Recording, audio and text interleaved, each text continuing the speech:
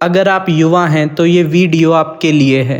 मैं भी आप ही की उम्र का हूँ और कोई एक्सपर्ट नहीं हूँ। बस मेरा दावा इतना है कि अगले कुछ मिनट में मैं जो कहूँगा आपको लगेगा कि आप ही की फीलिंग्स को शब्द दे रहा हूँ। बात ये है कि हमारे पास इस सवाल का जवाब नहीं है कि लाइफ को करेक्टली कैसे जिएं। ज़िंदगी जीने का सही तरीका क्या है। हम एक ऐसे जहाज़ पे हैं जिसे चलाना हमें नहीं आता।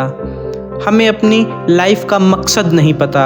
हमारे पास कोई लक्ष्य नहीं है और लाइफ का कोई मीनिंग नहीं दिखता। ज़िंदगी सेंस नहीं बना रही। हम कुछ ऐसा नहीं कर रहे कि जिस काम को करते हुए लगे कि हम इसी के लिए बने हैं। उल्टा जीवन बीतने के साथ ऐसा लगता जाता है कि हम जीवन बर्बाद कर रहे हैं। ये आपकी लाइफ का और पूरी दुनिया के युवाओं का संकट है, क्राइसिस है और कोई नेता, कोई गुरु इसको एड्रेस नहीं कर रहा, समझ नहीं रहा। हमारे माँ बाप भी नहीं समझते।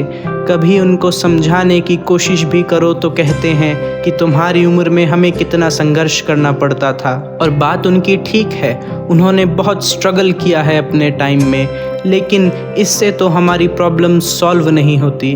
माँ बाप समझते नहीं और ये खालीपन, ये कन्फ्यूजन हम अपने ही उम्र वाले से शेयर नहीं कर पाते। एक डीप इंटीमेट रिलेशनशिप, एक गहरा संबंध नहीं है जीवन में किसी से। ये प्रॉब्लम इस ही जनरेशन की है। 100-200 साल पहले तक साइंस नहीं थी, मोबाइल, बिजली, वाहन नहीं थे। लाइफ का पर्पस बिल्कुल क्लियर था। एक खतरनाक और अननोन, अनजानी दुनिया में ज़िंदा रहना। लाइफ एक स्ट्रगल थी ज़िंदा रहने के लिए, और वो स्ट्रगल लाइफ को एक मीनिंग देती थी। पुरानी पीढ़ियों ने महान भगवान में विश्वास किया और खुद को उस भगवान जैसा महान बनाने की कोशिश की, तब वो प्रकृति से संघर्ष में जीत पाए। हमारे पूर्वजों ने अपनी मंजिल तो पा ली, लेकिन हमारे लिए कोई रास्ता नहीं बनाया।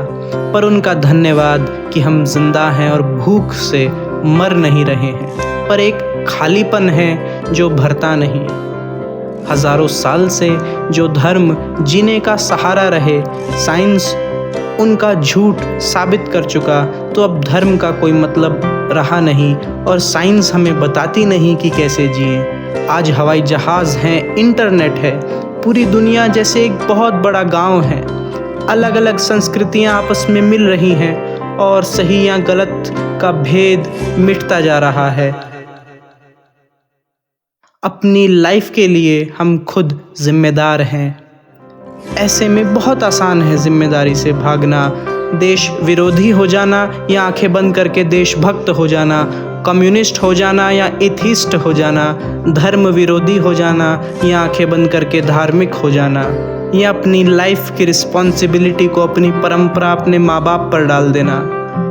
और जब आप इस तरह से अपनी जिम्मेदारी से भागते हो, सोचने से बचते हो, तब बाहर की चीज़ें बहुत ज़रूरी हो जाती हैं, जैसे स्वाद और नशा और सेक्स और सोशल मीडिया, मोबाइल गेम, फिल्में, नेटफ्लिक्स, पबजी।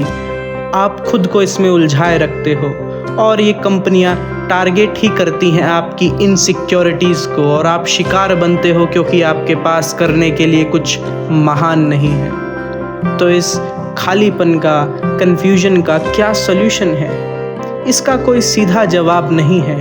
प्रॉब्लम आपकी लाइफ है, और जो कह रहे हैं कि उनके पास सॉल्यूशन है, वो आपका बेवकूफ़ बना रहे हैं, क्योंकि सॉल्यूशन और जवाब अगर कहीं से आएगा तो वो आप ही के भीतर से।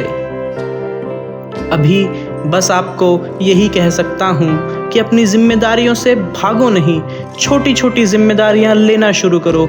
माँ बाप से तुम राज़ी हो या ना हो, उनके काम में हाथ बटाओ, अपना कमरा साफ रखो, अपनी कमर सीधी रखो और जीवन के लिए तैयार रहो। अपने शरीर में बल का संचय करो, अपनी बुद्धि तेज़ करो, और शायद धीरे धीरे इस तरह से आप अपने जीवन की जिम्मेदारी लेना सीख जाओ।